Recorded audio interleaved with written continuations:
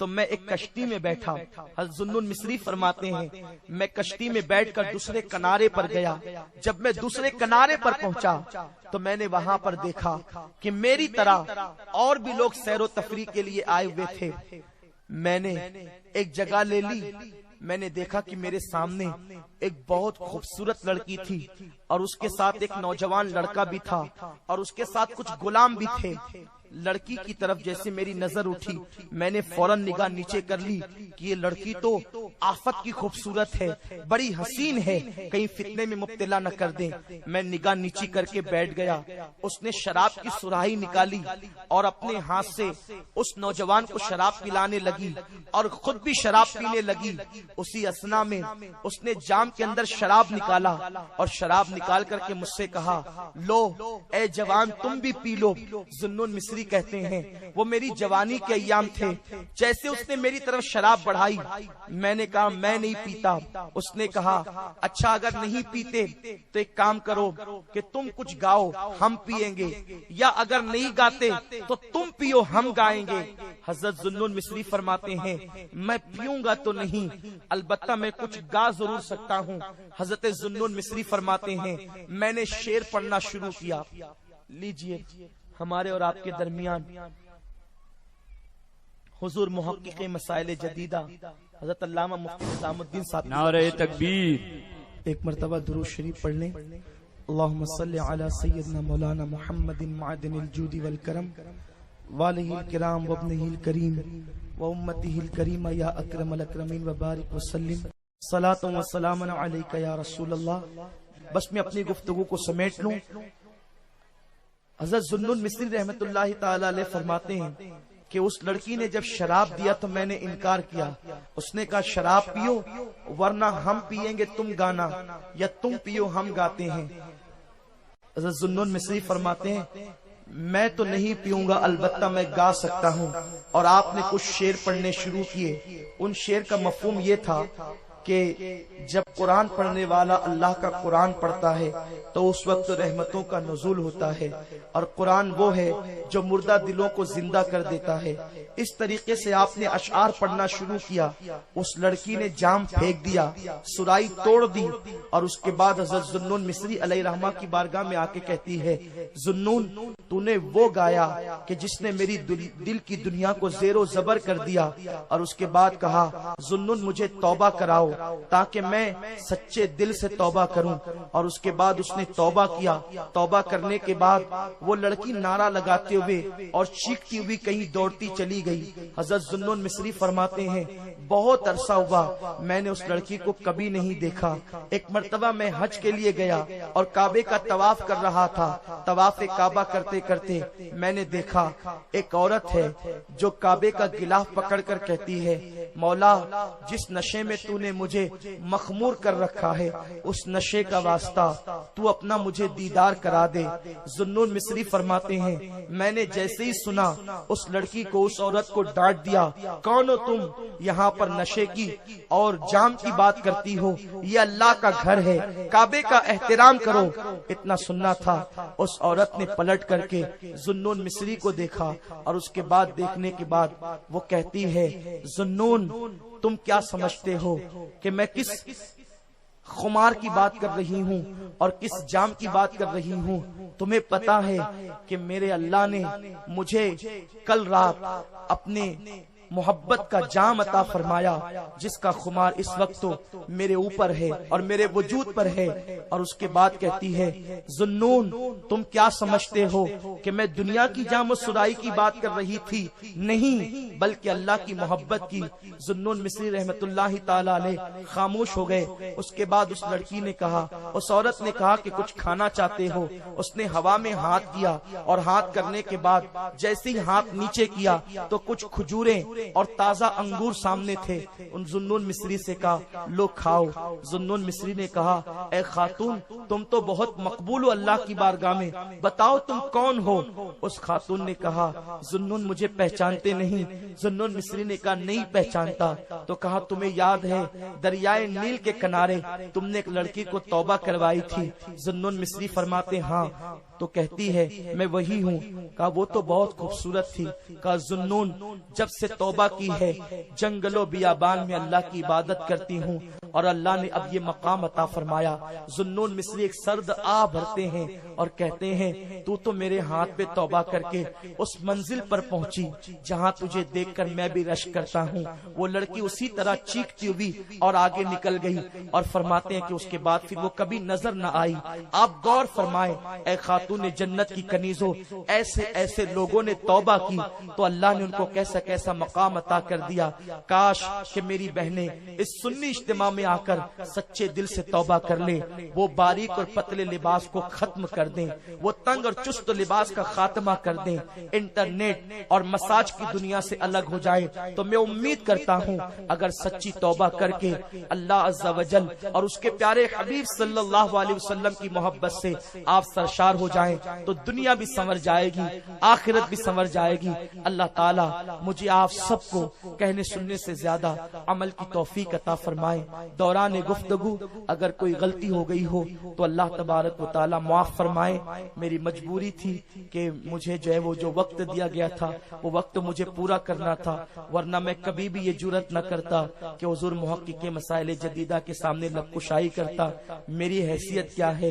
مجھ سے بہت بڑے بڑے لوگ حضور محقق مسائل جدیدہ کی شاگردی میں رہتے ہیں، اس لیے یہ لب کشائی بے ادبی سے بہت قریب تھی۔ اس کے لیے میں حضور سے معذرت چاہتا ہوں، اور حضور ہی کے ذریعے سے میں اپنے ٹوٹے پھوٹے جملوں کو سرکار کی بارگاہ میں پیش کرتا ہوں، اس امید کے ساتھ کہ آقا میرے ان جملوں کو قبول فرما لیں گے اور مجھ سے راضی ہو جائیں گے۔ کام وہ لے لیجئے تم کو جو راضی کرے، ٹھیک ہو نام رضا، تم پہ کروڑوں درود۔ السلام علیکم ورحمۃ اللہ وبرکاتہ۔ رسالت کے پروانوں ہر سنیچر کو بعد نماز عشاء سنی دعوت اسلامی کے عالمی مرکز اسماعیل حبیب مسجد میں سنی اجتماع ہوتا ہے، تو آپ حضرات پابندی کے ساتھ اس میں شرکت فرمائیں۔ سنی دعوت اسلامی کی website sunni dawat islami.net پر وزٹ کریں اور بہت ساری دینی معلومات حاصل کریں۔